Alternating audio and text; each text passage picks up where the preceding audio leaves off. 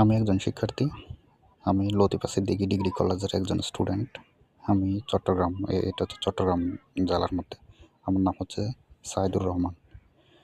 আমি কোটা আন্দোলনের মধ্যে ছিলাম। আমাদের আন্দোলন ছিল শান্তিপূর্ণ, কিন্তু এখানে কিছু থার্ড পার্টি ঢুকে গেছে, এটা আমরা প্রমাণ পেয়েছি।